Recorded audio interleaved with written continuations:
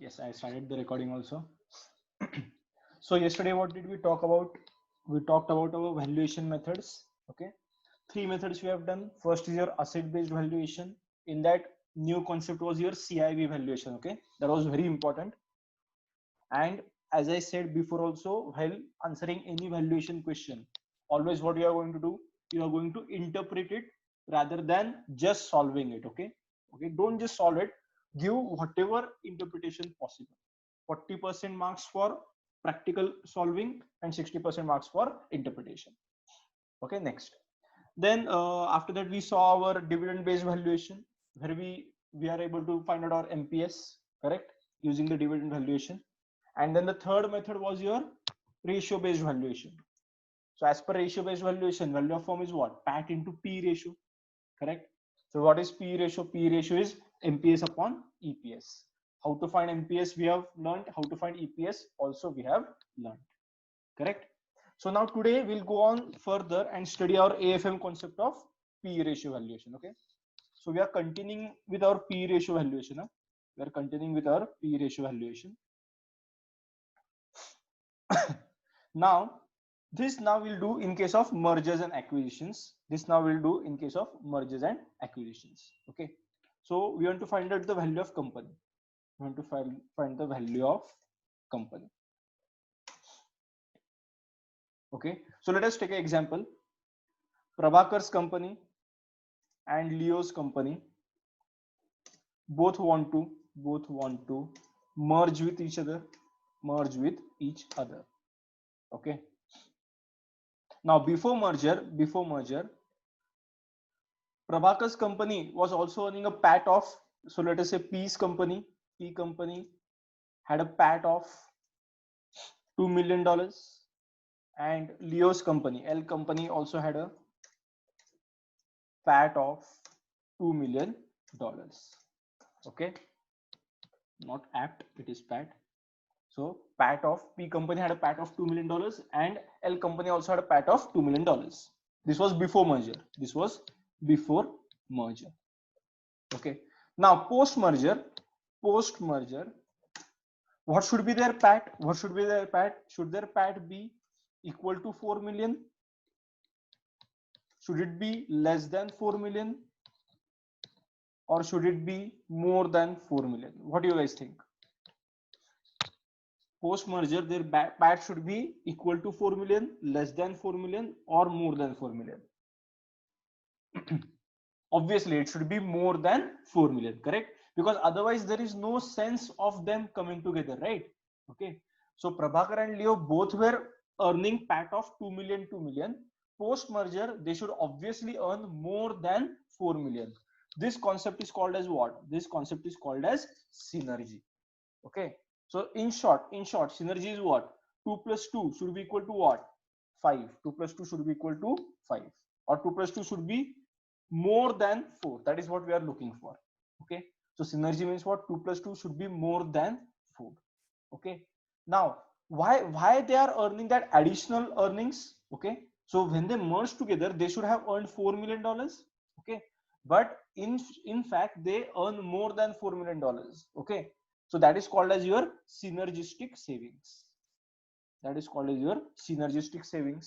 Okay, so the combined company, the merged company will earn more PAT, will earn extra PAT, I can say, will earn extra profits due to merger. Okay, these are called as synergistic savings. Again, this is important from theoretical point of view. You will have to explain this in the exam also. Okay, now tell me what are the reasons for this additional profit? Okay, what can be the reasons for this additional profits on merger? Okay, so the first thing is the comparative advantage. Again, important from theoretical point of view. They will ask you in the exam, explain synergy with the help of comparative advantage. Okay, so let us take an example. Okay, Prabhakar's company was a software company, was into software. Okay, there were two processes. One was your actually making the software. Okay, that is creating the software. Okay, and the other one was let us say updating the software. So Prabhakar's company used to do two processes. Creating software, where Prabhakar's company had experts and they were working at 100% efficiency. But the second process of updating software, okay, they did not have that much expertise and they are only working at, let us say, 70% efficiency. Okay, so on an average, Prabhakar's company is working at what? Is working at how much? That is 85% capacity, correct? It is working at 85% efficiency to earn a pat of $2 million, correct? Now, similarly, Leo's company is also into software. Leo's company, L company, is also into software. Okay, they are also handling two processes. But now is the other thing. Creating software, Leo has only 70% in creating 70% efficiency in creating software, whereas for updating software they have 100% efficiency. Correct. So on an average, Leo's company also earning what? It is also working at 85% efficiency, correct, to earn a pat of $2 million. Okay. Now both the companies merge together. What happens now? Okay. Even after merger, I will departmentalize the processes. Correct. Now, Prabhakar's people will handle what? Prabhakar's people will handle creating of software. Okay. They'll only handle creating of the software because they are 100% efficient in that. Okay. They will not handle the updating process, and the entire updating software will be handled by Leo's people. It will be handled by Leo's people. Okay. Now, since due to this, now both department, Prabhakar's people are handling creating of software. So that process is at 100%, and Leo's people are 100% efficient in updating software. So again, that is updated at 100%. So now, on an average, the company works at what? Company works at 100% capacity, 100% efficiency, correct? So now the company is working at 100% efficiency, correct? So now obviously what happens? The PAT will be more than $4 million. Okay. So what we have done here, we have done a comparative advantage. In this example, we have done a comparative advantage. Okay. Which process to be handled by which department or which company? Okay. So make a comparative advantage and then see which process should be given or allocated to which partner. Okay. So due to this comparative advantage, what we are doing, we are overcoming our inefficiency in each department. Prabhakar's people were inefficient in software updation, okay, and Leo's people were inefficient in creating the software. Okay. So due to comparative advantage, what we have done, we have overcome that inefficiency. Correct. Now guys, pay attention. Huh? One more example of comparative advantage I'll give. Huh? So I hope this example is clear. Okay. Okay. Now let us see. Now I'll change the example. Same Prabhakar's company, Leo's company. I'll change the example a little bit. Prabhakar's company was into software, creating software at 100% efficiency, and updating the software is at 90% efficiency. Okay. So on an average, Prabhakar's company is working at what? 95% efficiency to earn a PAT of 2 million. Now Leo's company was also into software, creating software. They have 90% efficiency. Okay. But updating the software, they have only 80% efficiency. Okay, so now what should we do? Now what has to be done? Prabhakar's company is efficient in both the processes than Leo's company. Then how can we calculate the comparative advantage?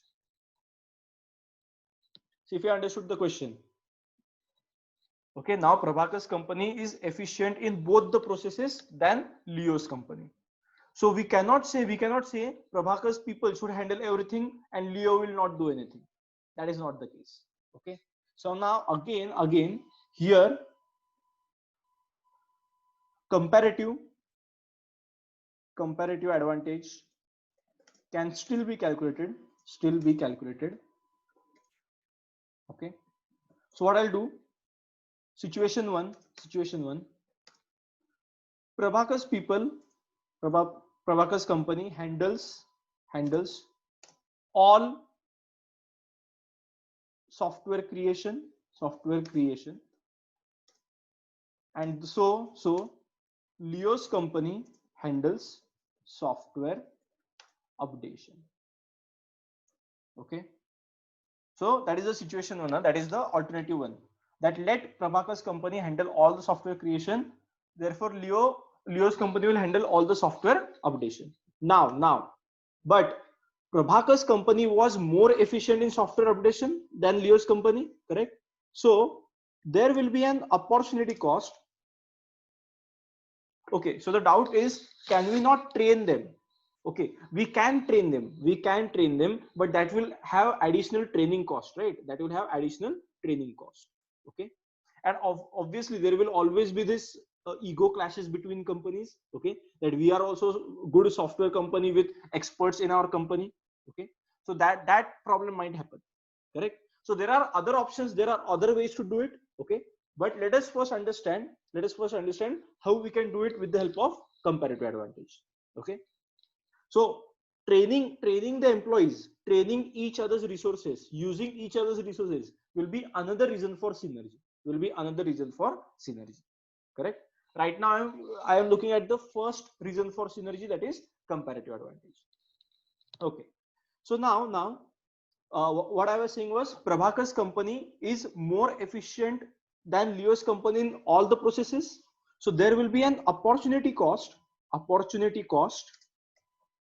of Prabhakar's company not handling the software updation. Correct? There will be opportunity cost of an opportunity loss. Let us say the opportunity cost is $10,000. Let us just quantify it. Okay. Now, alternative two, what we'll find out? We'll say let Prabhakar's company handle all software updation, correct? And let Leo's company handle all the software creation. Now again, Prabhakar's company was better than Leo's company. So again, here also there will be an opportunity cost. Of Prabhakar's company not handling the software creation, because Prabhakar's company was better at it than Leo's company. Correct? So let us say that cost comes out to $12,000. Okay. So now which situation has a higher opportunity cost? Okay. Situation 2 has a higher opportunity cost. Correct? So I don't want that situation to occur. Correct? Situation 2 has the higher opportunity cost. So if Prabhakar's company handles all software updation and Leo's company handles all the creation, we will have a higher opportunity cost. So we want to go with situation 1. Okay. So Prabhakar's company will handle all the software creation and Leo's company will handle all the software updation. And now we can help Leo's company. Okay. And tell them that your software updation is not at 80 or not at 90% efficiency, and Prabhakar's company can now train them as well. Correct? So that is another way we calculate the comparative advantage. Okay. This is what all the companies will do. In the beginning, this is what all the companies will do. Training the employees, sharing our resources comes later on. Okay, first they will calculate what is the opportunity cost of not doing one kind of a process. Correct. So due to comparative advantage, now we know which department will specialize in which process. Okay, which department or what people, what employees can process in what employees can focus in which process. See if this is understood, comparative advantage. Correct. So now we are looking at reasons for earning those additional profits. Correct. That is, we are looking at the reasons for synergy. Okay, so the first reason was comparative advantage. Correct. Second resource will be what? Sharing of resources.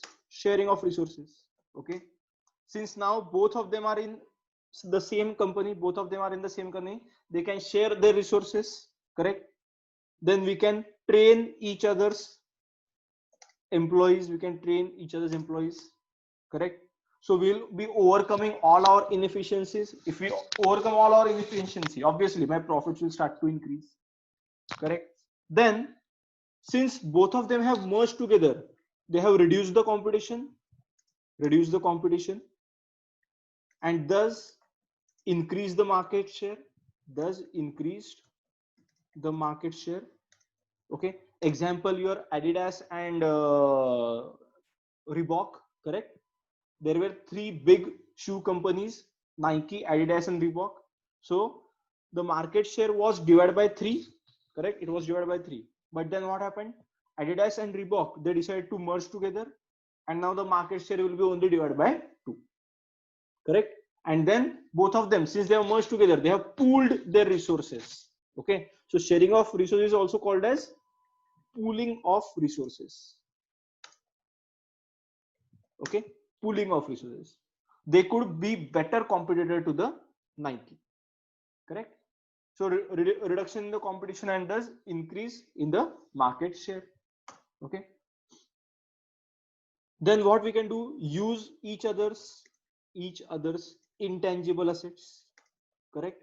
Each company will have a specialized intangible asset. Okay, now we can make use of those each other's intangible assets. Correct. So that is similar to sharing of resources. Okay, and the most important part, okay, in UK as well as in India, many companies merge together for what? For getting tax benefits. Okay, so for example, Leo's company is incurring losses. Okay, and Prabhakar's company is enjoying profits. Now, if they merge together, what will happen? Prabhakar's company is not actually having any loss. Okay, Prabhakar's company is not having actual losses, but still its taxable profit will reduce. Why? Because the loss of Leo's company will be adjusted against Prabhakar's company profit. Okay, so losses of Sikh company means what? Which is into losses for many years. So many big companies take over the Sikh companies like Tata's and Ambani's. What they do? They take over the Sikh companies. Correct. So losses of Sikh companies can be set off against the profits of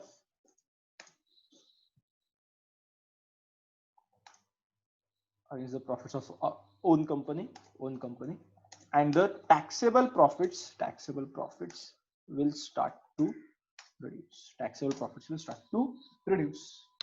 Correct. So my actual tax payment will start to reduce.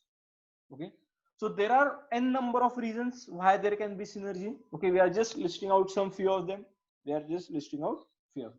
Okay, so comparative advantage and tax benefit, these two you compulsorily have to mention in your exam. Okay, because financial management will always focus on cost and tax benefits.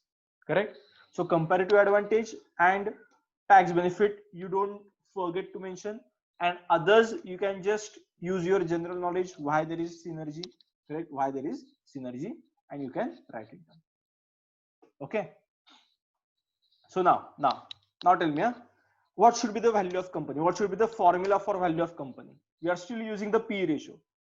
We are still using the P ratio method. Okay. So what was my formula? PAT into P ratio. My regular formula was PAT into P ratio. Okay. Post merger,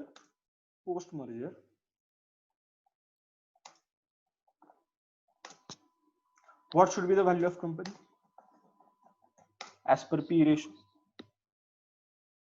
So value of company will be PAT of company 1. So PAT of Prabhakar's company, correct?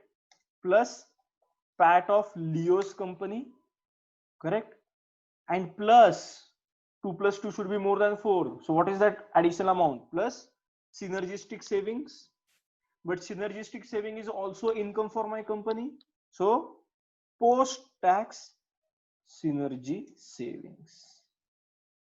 And this whole profit into what? Into the new period, new PE ratio. This whole profit into the new PE ratio. Okay. So that will be what? That will be my post merger value of company. Write down. So generally value of company by P ratio is PAT into P ratio. This is before merger. So post merger will be PAT of company 1. So let us write down PAT of company 1 plus PAT of company 2 and plus post tax synergy savings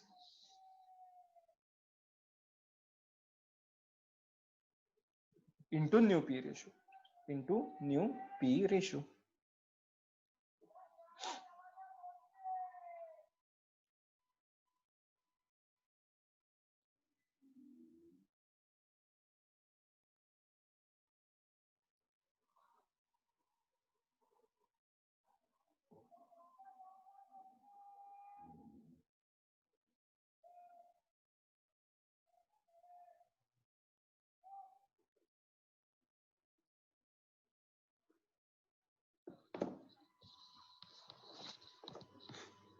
Okay, let us do a sum on that then.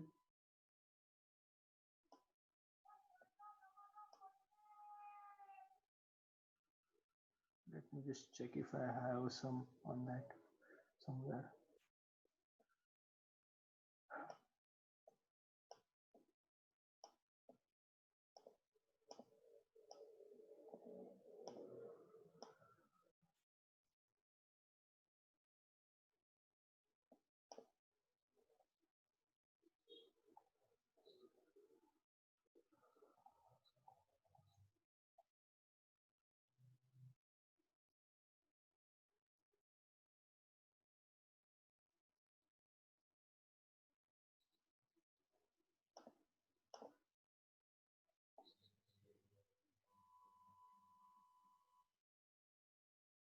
Okay. Do this question then. Let us do this question.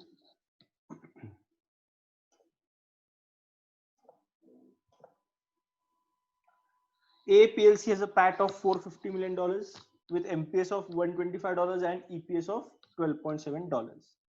B PLC has a PAT of $70 million with MPS of 92 and EPS of $10.1. Both these companies are considering reconstruction where new company will have expected P ratio of $13 and synergy savings of $20 million.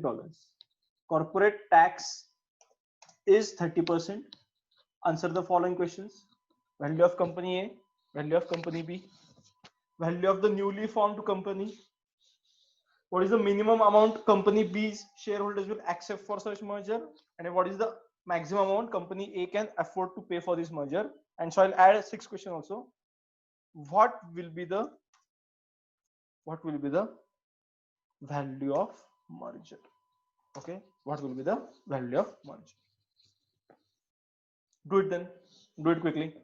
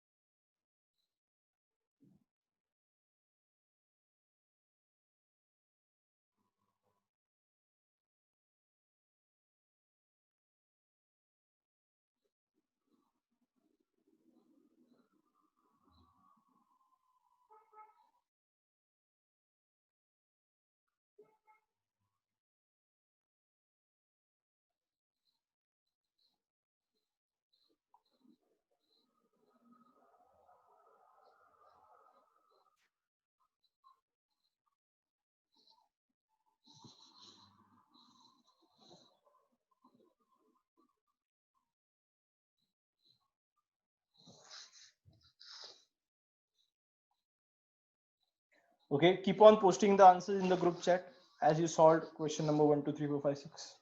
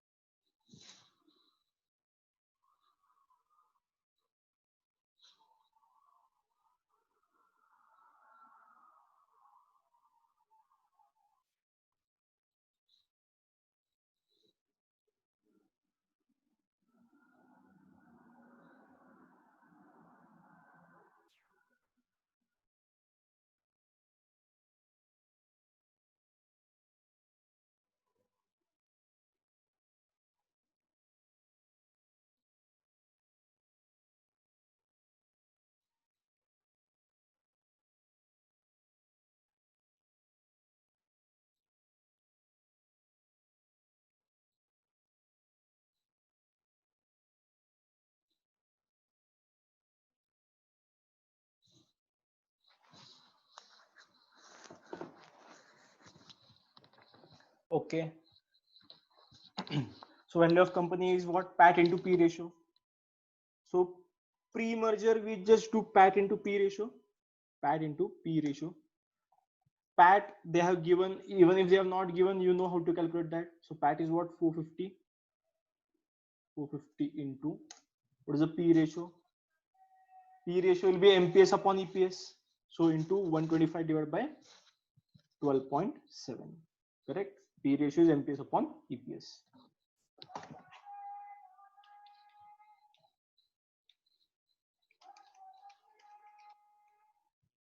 9.84 into 450.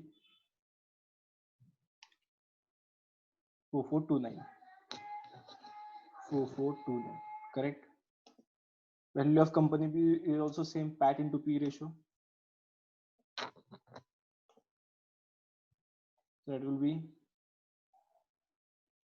PAT is what? 70 million into, again the same thing, MPS by EPS. So 92 divided by 10.1. There is no flotation cost. Huh? That also we have done. That also we have done.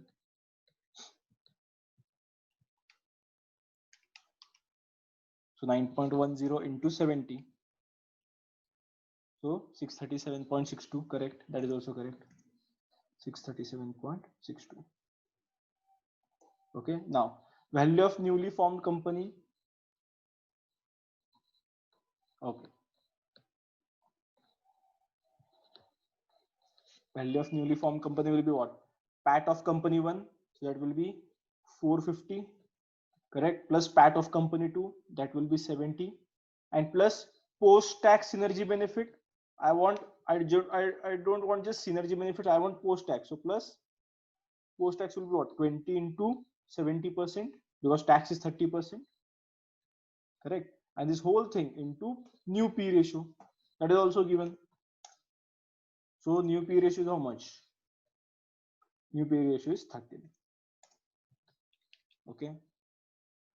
So that will be 450 plus 70 plus 14. The whole thing into 13. So 6942. Correct.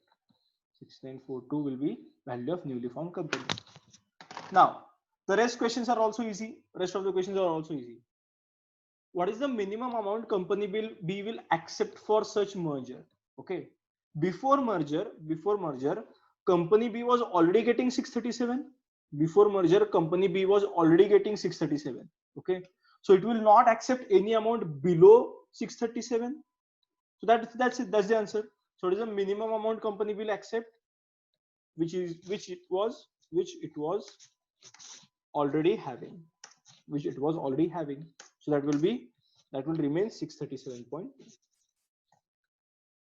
Correct. Next, what is the maximum amount company A can afford to pay for this merger? Okay. What is the maximum amount company A can afford to pay for this merger? So how much is that? Company A was already earning how much? Company A was already earning 4429. Okay. And new value will be what? New value is 6942. correct? So company A has value addition of how much? Company A has value addition of 6942 minus 6942 minus 4429, correct? 6942 minus 4429. So it is 2513. Okay. So company A has a value addition of only 2513, correct? So it will not pay anything above that. It will not pay anything above that. So that will be what? That will be, so maximum amount that company A can pay will be the value addition, due to the merger. Correct? Previously it was earning 4429. Now after merger it is earning 1642. So it can have a maximum benefit of 2513. So it will not pay anything above 2513. It will not pay anything above 2513. Correct? Okay. And last, what will be the value of merger? Okay. So Gunasekaran, how did you calculate that value? Value of merger 187.25. Rest all answers are correct.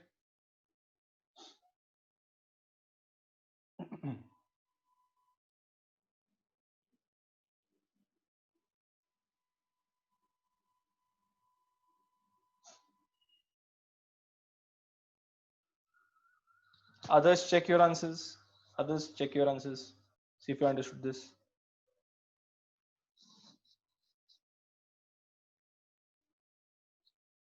Okay, value of new company, value of A plus value of B. No, okay, we'll see that. Okay, see, value of merger, there is no specific formula to calculate value of merger. Okay, now value of merger will always depend upon negotiations. Okay, now we have already found out a range. We have already found out a range. For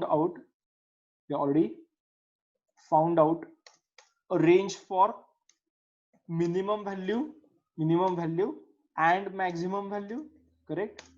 Okay, so when both the companies will sit for negotiations, okay, what the company B guys are saying, we are not going to accept anything below 637. So 637 is the minimum limit, correct? Minimum limit. They are not going to accept anything below 637 million. So that is the minimum limit. And company A guys, they are saying we cannot pay anything above 2513 because our value addition is restricted to 2513. Okay, so value of merger will be between 637 to 2513, correct? Depending upon what companies bring to the table.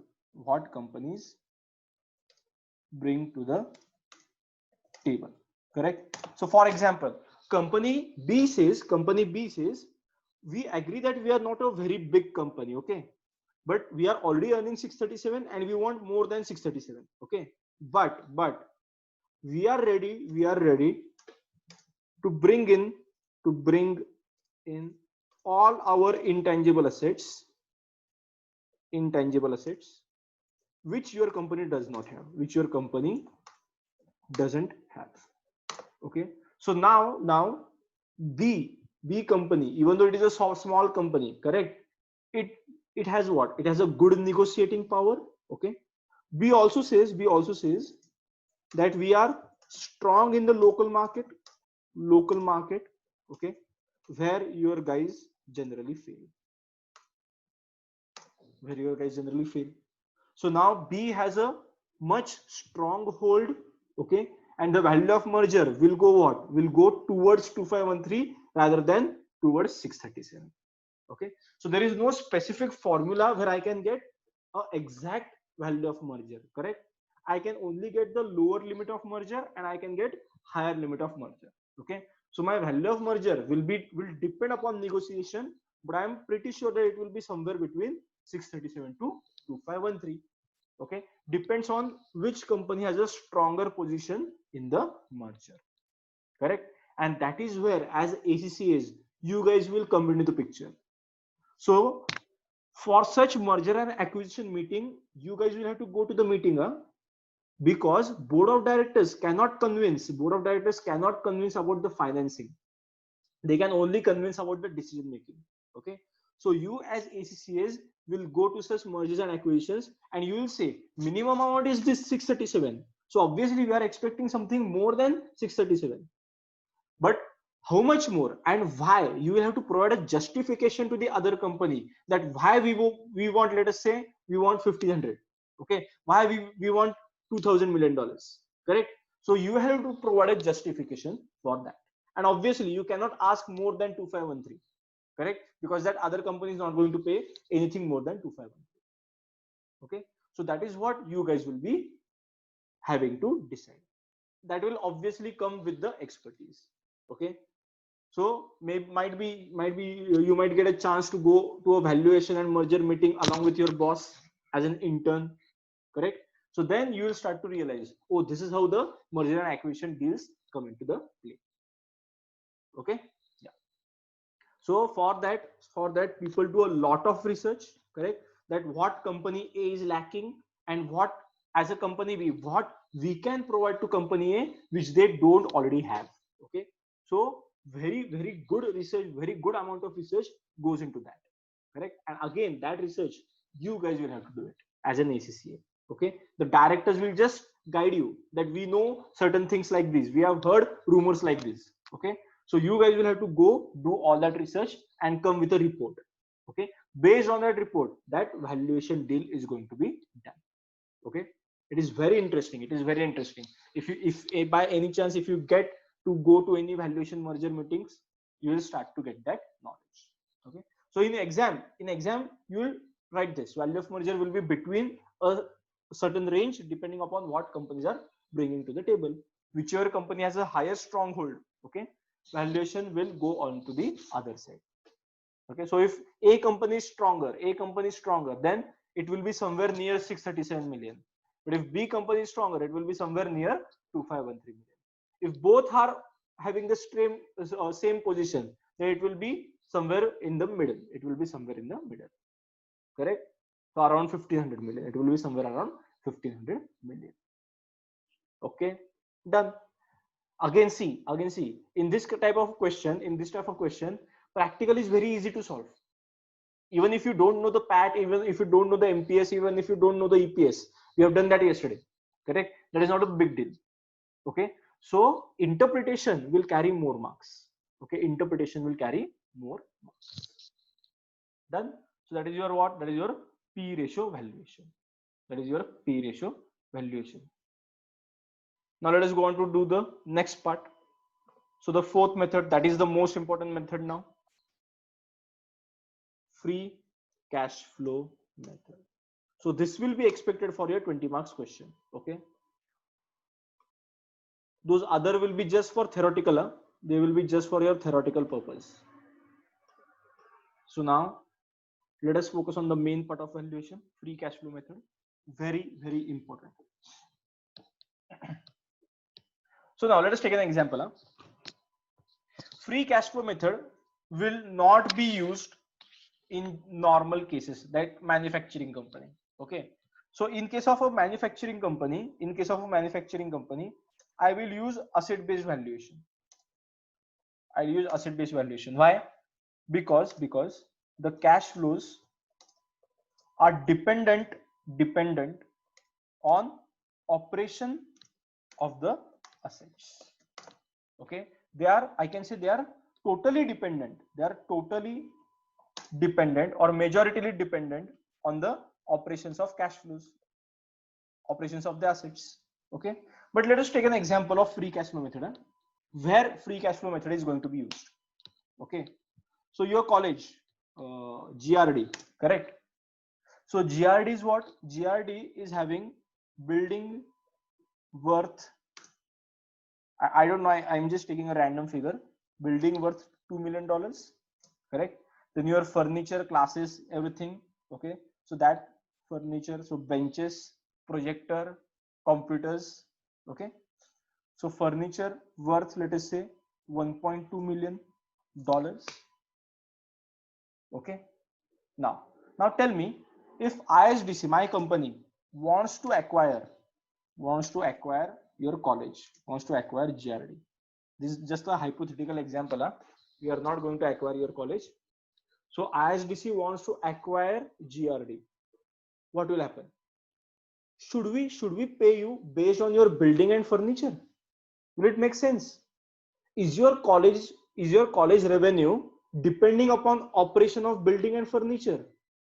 No, correct. Your college's revenue is not dependent upon your operation of buildings and furniture. Like in case of manufacturing company, what are my revenues dependent upon? My revenues are dependent upon how much percentage capacity machine is going to be used, correct? So that's why we used asset based valuation in case of manufacturing company.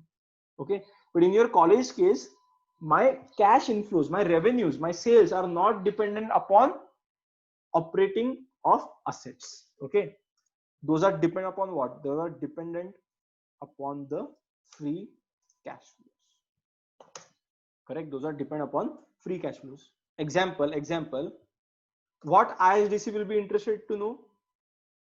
How many students are enrolled in the college? Correct? Then so I'll take that as first. How many students are enrolled in the college? Then how much fees are charged from the students?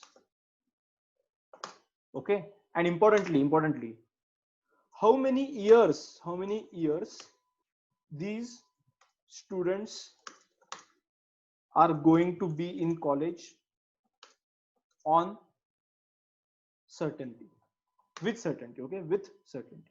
Because see, for example, your college is for 11th 12th FY SYTY. Your college is for 11th 12th FY SYTY. Okay, so when the student comes for 11th standard, okay, college is pretty sure that from 11th to TY, okay, let us say 90% of the students from 11th to TY will continue with GRD and they will not go looking for another college, correct?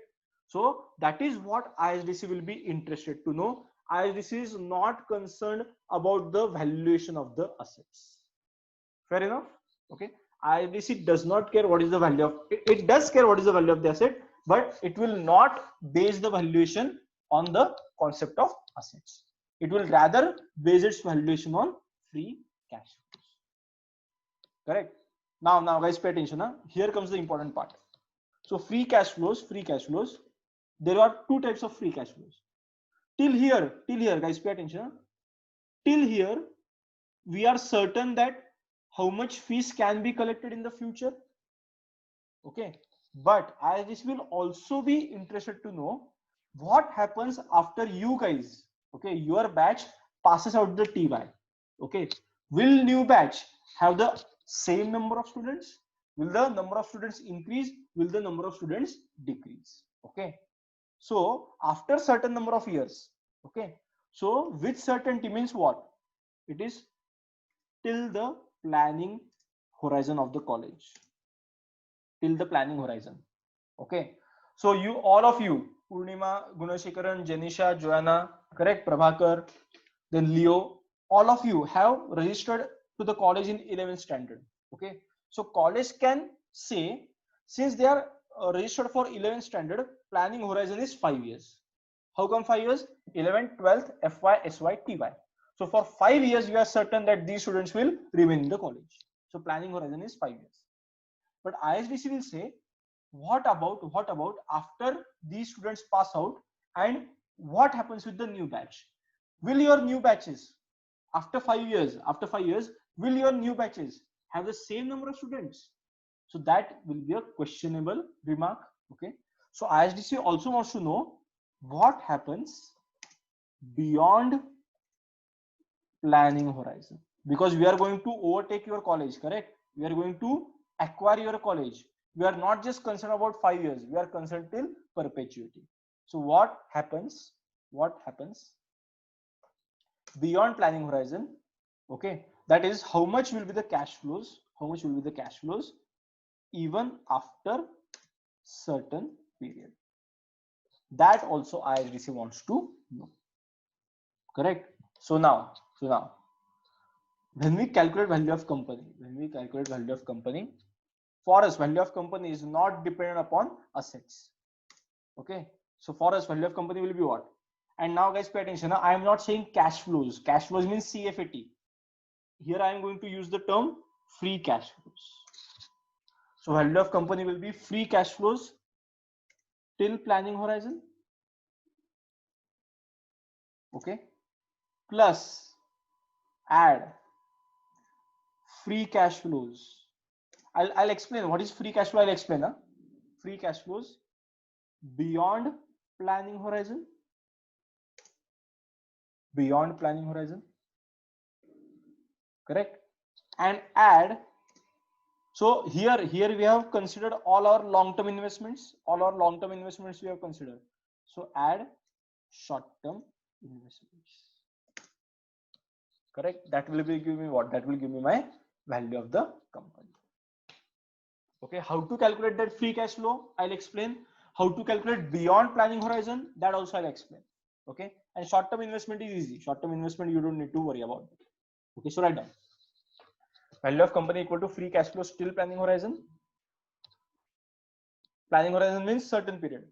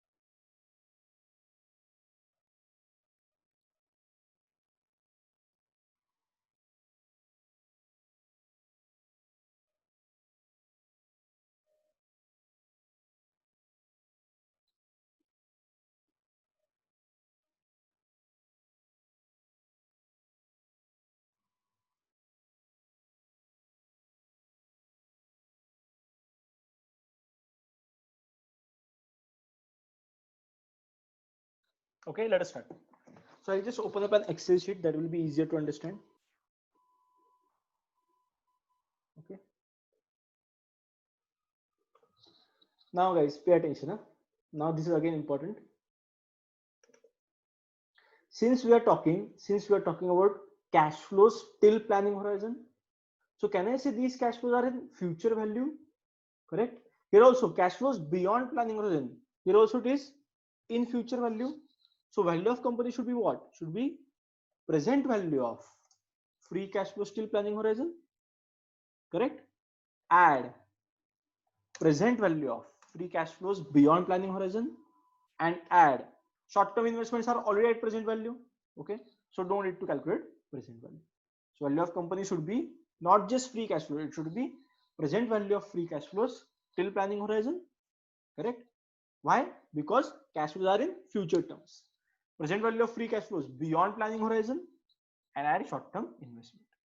Okay. So first I'll show you how to calculate these present values. Okay.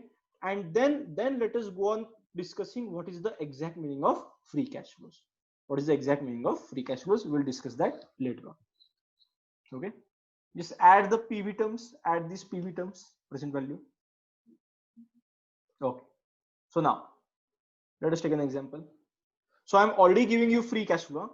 Free cash flows I'm already going to give you. Okay. Free cash flows I'm already going to give you. You guys are going to tell me what is the value of the company. So year 1, 2, 3. So let us say your college is only having senior college FY, SY, TY. Okay.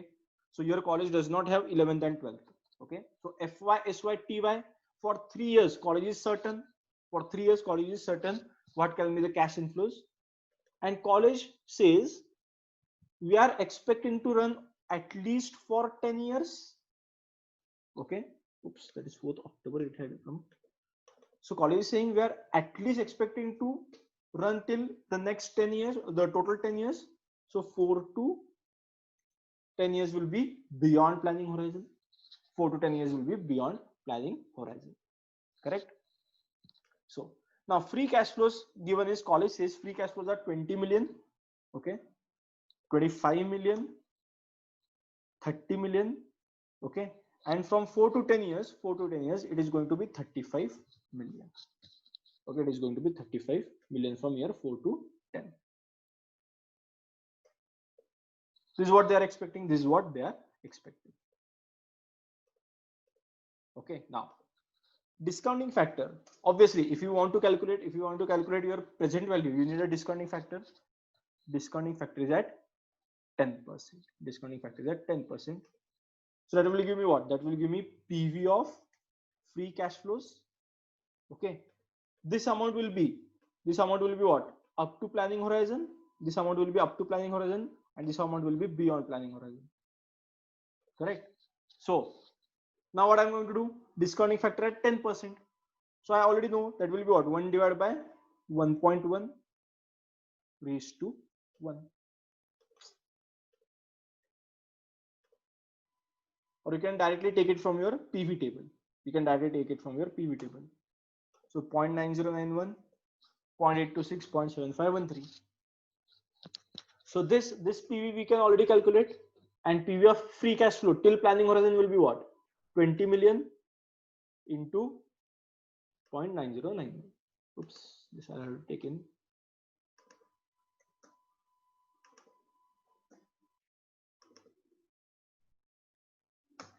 Correct. So now the total of free cash flow till planning horizon will be what? Total of free cash flow till planning horizon will be this much. Okay. So I have free cash flows. I have PV of free cash flows till planning horizon. 61 point. This thing in millions. Okay.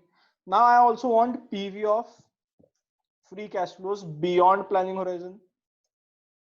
Beyond planning horizon. So obviously you have to take what? You have to take that amount then. So discounting factor, what discounting factor you use it over here? So I want 4 to 10.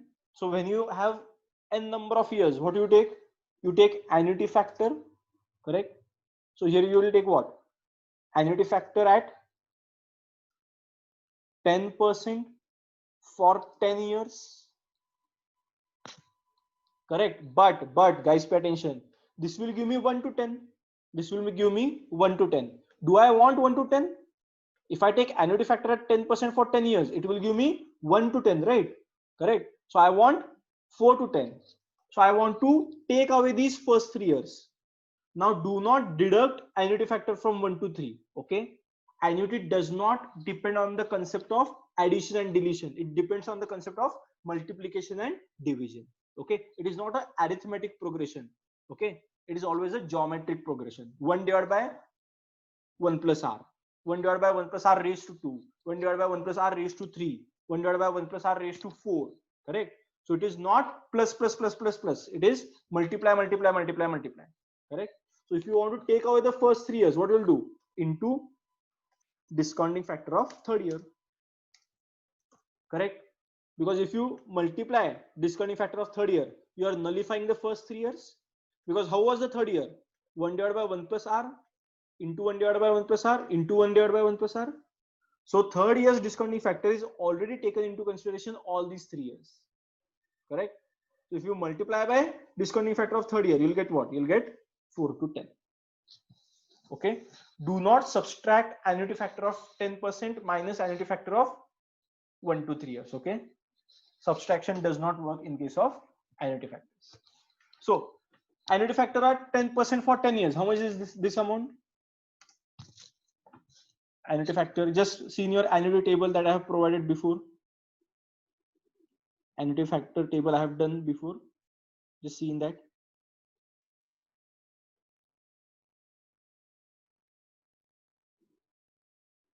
annuity table. Okay. So annuity table 10% for 10 years is how much? 6.145. 6.145. Correct. But that gives me value of 1 to 10 into 30 years. So 4.616 will be my annuity for year 4 to 10. Annuity for year 4 to 10. Multiply. So this will be what? 35 million into this amount. That will give me free cash flows after planning horizon. So free cash flows after planning horizon will be how much? It will be 161.58 million. Correct. So my value of company will be what? Value of company will be PV of cash flows till planning horizon plus PV of cash flows beyond planning horizon, and also add short-term investment if any. Add short-term investment if any. That will give me value of company. Okay. So if you understood this part, so if you understood this beyond planning horizon part, okay. So see if you understood the part marked in red. Even if discounting factor, that is your at 10%, that will be provided, and even if it is not provided, we know how to calculate. We'll calculate WACC. Okay. So if discounting factor is not provided, we'll take WACC as our discounting factor. That you know already how to calculate. So see, AFM level, what they will do, they will not give you free cash flows. These amounts I had given, right? They will ask you to calculate that free cash flow. They will not give you discounting factor. That also you know how to calculate WACC. Okay. So I'll teach you how to calculate free cash flows. But rest of the things you already know. And how to calculate 4 to 10 years also you have known now. Okay. Now let us make a simple change. And our entire answer will change. So I'll drop this out now. Okay. Instead of 4 to 10 years, let us take 4 to perpetuity. College says that we will run till perpetuity. Okay. There is no fixed period. Okay. We will run till students keep on coming. So 4 to perpetuity. Again the same, free cash flows are given 20, 25, 30, 35. So first 3 years, no change. There will be no change. Now 4 to perpetuity means what? Annuity factor till perpetuity. Correct? Annuity factor till perpetuity. But that will give me 1 to perpetuity into discounting factor of third year. Correct? So 4 to perpetuity, how I'll calculate 4 to perpetuity? Annuity factor till perpetuity, but that will give me 1 to infinity. I want 4 to infinity, so into discounting factor of third year. So how do you calculate till perpetuity? That will be 1 by r. 1 by r gives me till perpetuity. Correct? Into discounting factor of third year. So 1 by r gives me 1 to infinity into discounting factor of third year will give me perpetuity. So that will be 1 divided by r. What is r? 0.10. Correct? And this whole thing into discounting factor of third year gives me my value till perpetuity. So this will be what? 35 into. Okay. And that changes my value of company.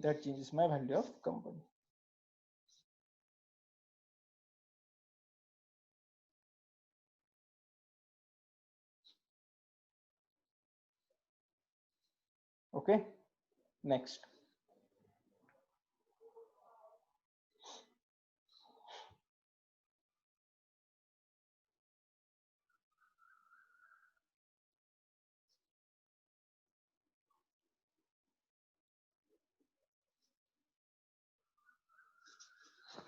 Okay. I hope it's understood till here.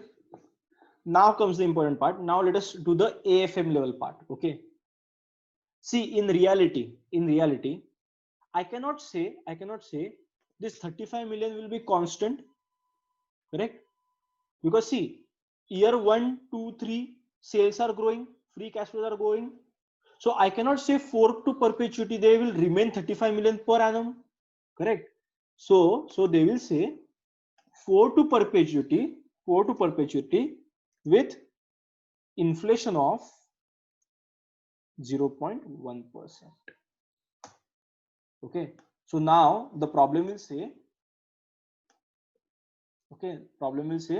4 to perpetuity, okay, 4 to perpetuity with an inflation of 0.1% per annum, or they can say with a growth of inflation or growth, so with a growth of 0.1% per annum. Okay, now how will you do? Now how should we do it? So now it is perpetuity with a growth, huh? Now it is perpetuity with a growth. So first thing, when it is perpetuity with a growth, what do we do? 1 divided by R, that was only till perpetuity, correct? That was not considering growth. But now if there is growth, if there is inflation will be in cash flow as well as in your rate of interest. So that will be 1 plus G upon R minus G.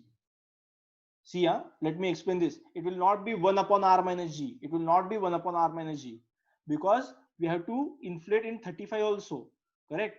So 35 into 1 plus G divided by R minus G. That will give me what? That will give me annuity factor till perpetuity with growth rate. But I don't want 1 to infinity. I want what? 4 to infinity. So into discounting factor of 30. See if you understood this part. Correct? So I want annuity till perpetuity with growth. I want annuity till perpetuity with growth into discounting factor of 30. So instead of 1 upon R, the formula without growth was 1 upon R. So with growth will be what? 1 plus G upon R minus G. So that will be 1 plus, what is the growth? 0.1%. Correct? Divided by, what is the R? 10%. 10% minus 0.1%.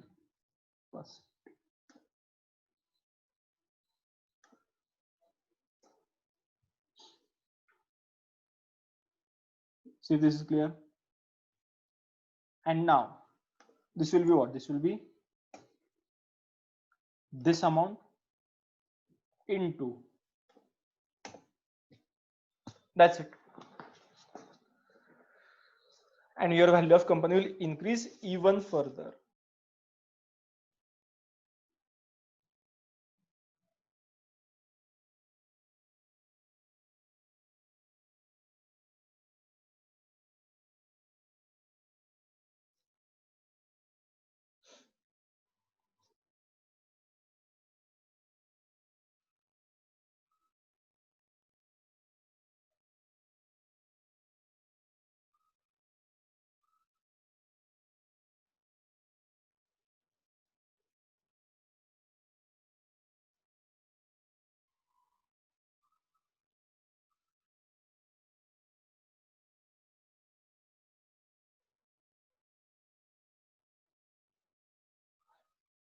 Okay, done.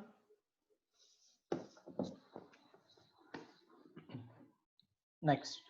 So now we know all kind of free cash flows till planning horizon and beyond planning horizon. Now let us see how to calculate free cash flows. Okay, because that will not be given in the problem. Okay, so free cash flows calculation is easy. I'll start with operating profit. Okay, operating profit means what? Nothing but your PBIT. Correct? So till PBIT, everyone knows how to calculate.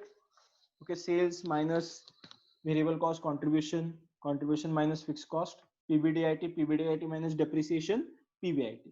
Okay, so till PBIT problem remains same. Now comes the important part. I'm going to only calculate free cash flows as if there were no fixed payments.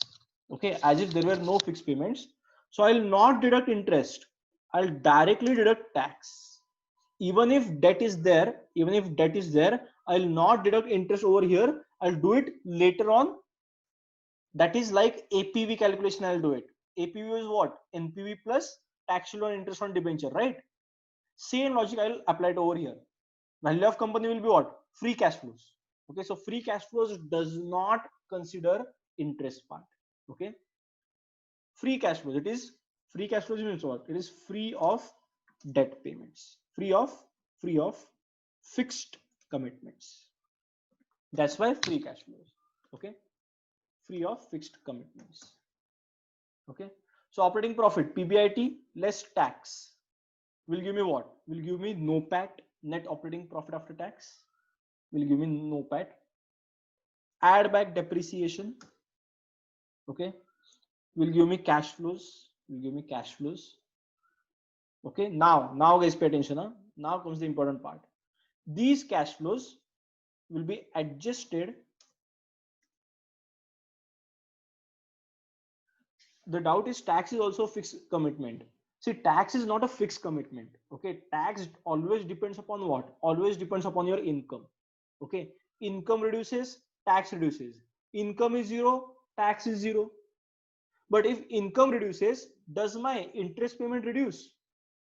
No, right? Okay, so that's why interest becomes a fixed commitment. So in free cash flows, you are not considering a fixed commitment. Okay. So now these cash flows, these are just like CFT. These are just like CFT, but we are totally ignoring interest part. Now these will be adjusted with three elements, which you guys already know. Which three elements I'll adjust it with? We are doing mergers and acquisitions. Huh? We are doing mergers and acquisitions. ISDC is going to acquire your college. Okay. So it will look at operating profit, less tax, add back depreciation, cash flows. But then ISDC will adjust with three elements. What are those three elements? Tell me. Correct. Incremental working capital. Then asset upgradation cost. And third will be asset replacement cost. Obviously, now see, now while paying to your college, I was supposed to pay cash flow amounts to your college. Okay, but I'll say some of the projectors need upgradation. Okay, some of the benches need replacement. Okay, and I'll need to train the faculties. So they can teach the ACCA level papers. So I'll need that incremental working capital. Okay, so I'll adjust with these three. Adjust means what? Deduct. Adjust means deduct. So less three elements. Now I'll get what? Now I'll get, pay attention. Now I'll get free cash flow to firm. Okay. Now guys, just pay a little bit attention. Huh? This is a tricky part. Now I'll get free cash flow to firm. That is your FCF to firm. Okay. So FCF to firm into discounting factor will give me what? Will give me your PV of free cash flows to firm. Okay, so discounting factor here, discounting factor means what? Discounting factor means WACC. Okay, free cash flow to firm. Okay, and my value of company will be what? Value of company will be, it will be sum of PV of free cash flows. Correct. Now in your AFM questions, they will not ask you value of company, they will ask you value of equity. So this is sum of PV of free cash flows plus short-term debt, short-term investment. That will give me value of company. Less value of debt will give me what? Will give me value of equity. Okay, so this is one way of finding value of company and value of equity. Okay, now just hear me out. There is one more way to find out your value of company and value of equity. Okay, so same thing,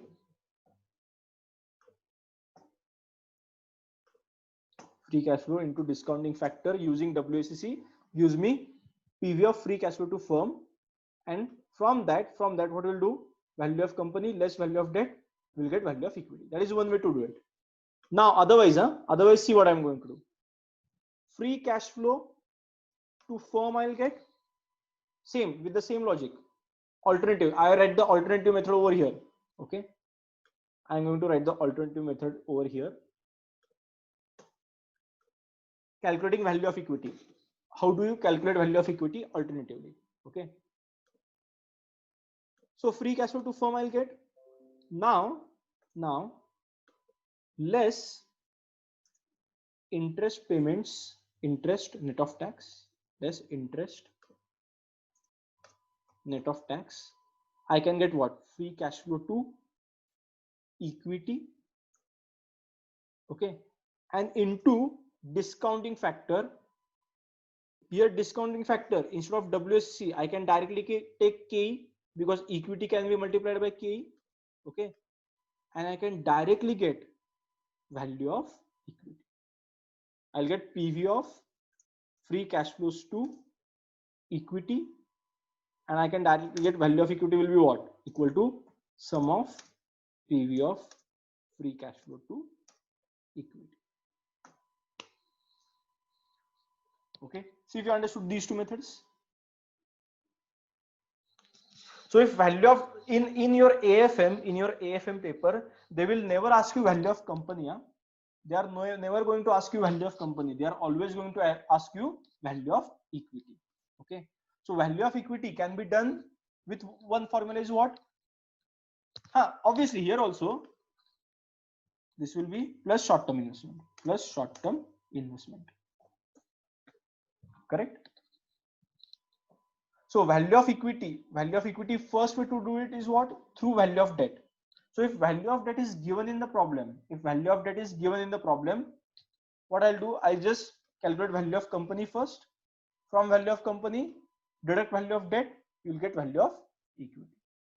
But if value of debt is not given in the company, in the problem, if value of debt is not given in the problem, and still the problem asks you calculate value of equity, okay, then you will use this logic. Till free cash flow to firm, everything remains same.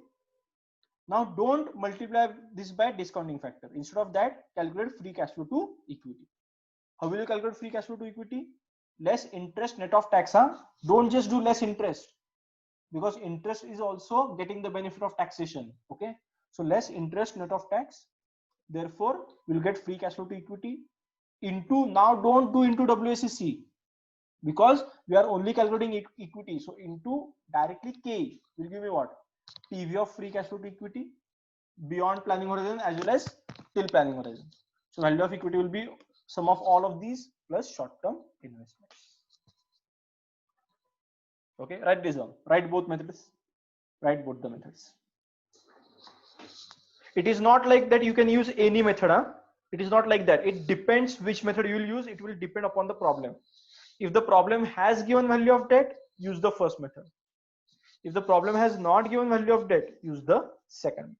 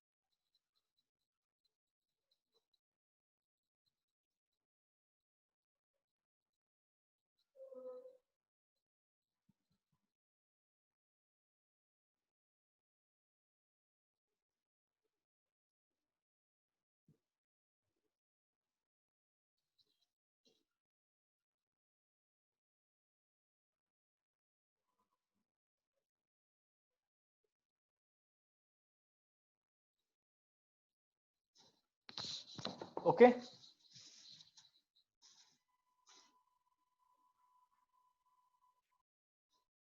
So I'll give a problem for homework. Okay. Before that, we'll discuss it quickly and you will tell me which method you will adopt.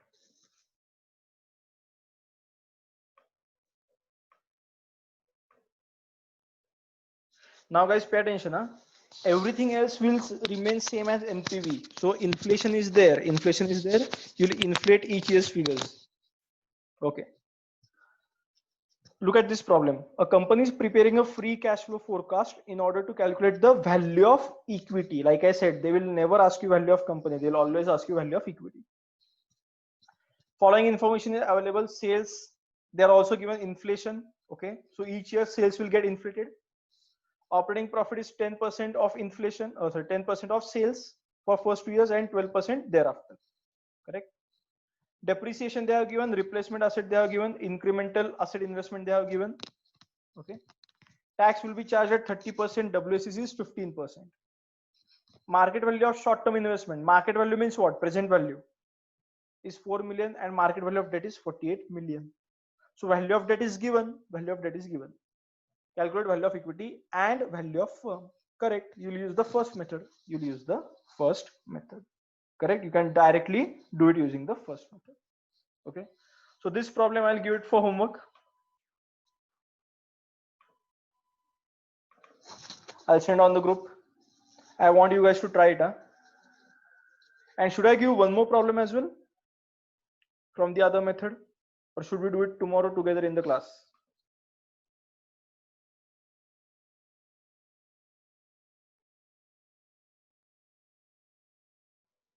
Okay.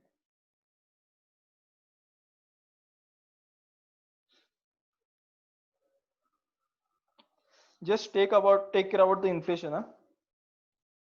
Inflation operating profit margin. Just take care about that.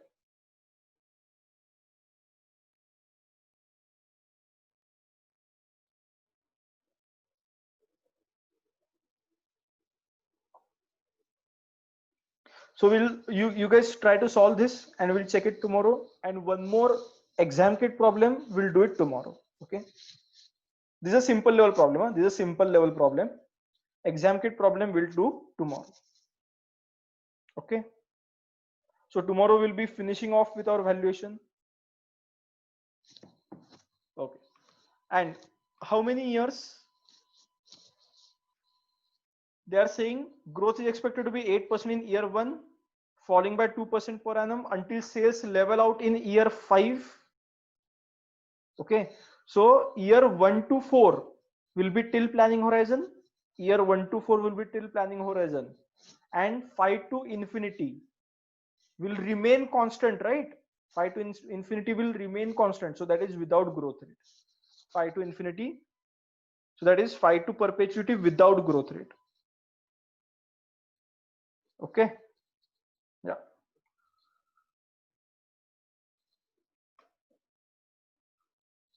Okay. I'm not going to give any more hint now. You guys try it because we have already done inflation problems before. Okay. Read the problem carefully. Read the problem carefully and then try it. Even if you try it on Excel, that is okay. So enough for today. That's it for today. So we will meet tomorrow same time 11 o'clock, and tomorrow we'll finish off this problem as well as a exam kit problem.